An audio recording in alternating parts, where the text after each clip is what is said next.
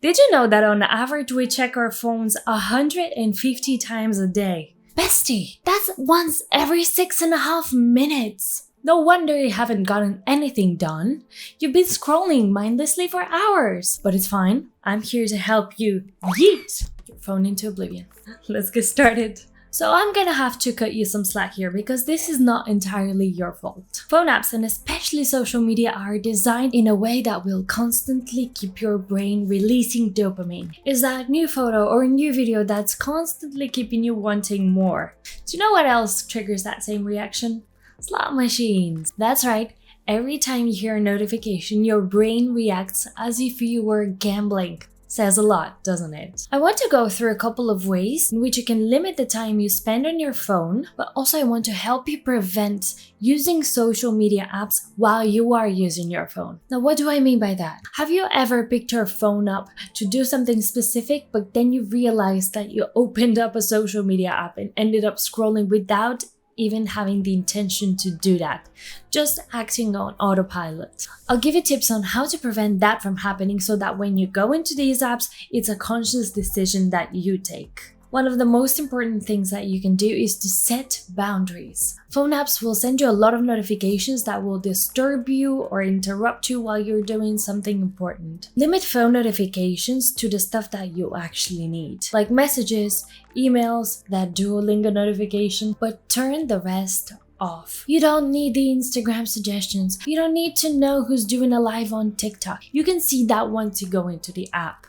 Also, be conscious of time. You can set specific times when you're allowed to use your phone, or you can even try setting up a timer for 30 minutes and then trying to do some work and see how long you can last without actually taking out your phone. There's also phone apps that can calculate the usage, and those are great tools to see where you spend the most time and reevaluate that. Experiment and observe how you're feeling, if you have any feelings of anxiety when you're not using your phone, and if you're into journaling, you can also document that. You can also have tech-free zones or restrict having your phone near you when you're doing certain activities. For example, one thing could be eating. When you're having a meal, you can leave your phone in another room or as far away as possible and concentrate only on the food. If you spend a lot of time on your phone while you're in bed, you can set this as your no phone zone. That rhymed. And if you're using your phone as an alarm, you can set it up and leave it as far away as possible from the bed. This is also great from preventing you from using that snooze button. Now let's talk about being conscious while you're on your phone. At this point, if you want to open a social media app, you probably already know by muscle memory the location. There's two options you can tackle that. The latter version would be to switch the location of your phone app. You can switch the phone app's location to a different part of the screen or a different folder, and that way you wouldn't go there by default. That way you would have to think about the new location of the phone app, and that way you can evaluate if going into social media is actually a conscious decision or you just went there by habit. The more radical way, I would say, and I actually decided to use this as an approach, was to completely delete social media apps from my phone.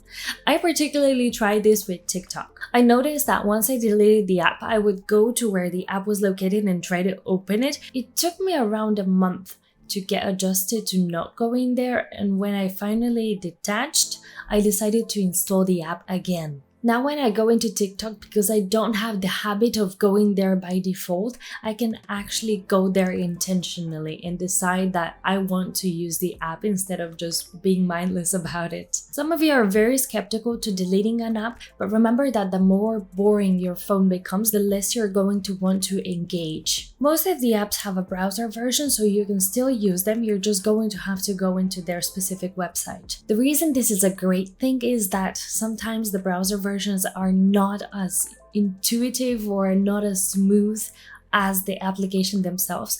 So this can be very off-putting when using the app. Also, for the people who use these apps as a way to communicate with their friends, this is a great option. And remember that when you go into the app and when you're actually using it, it's also fairly easy to go again into the mindless scrolling.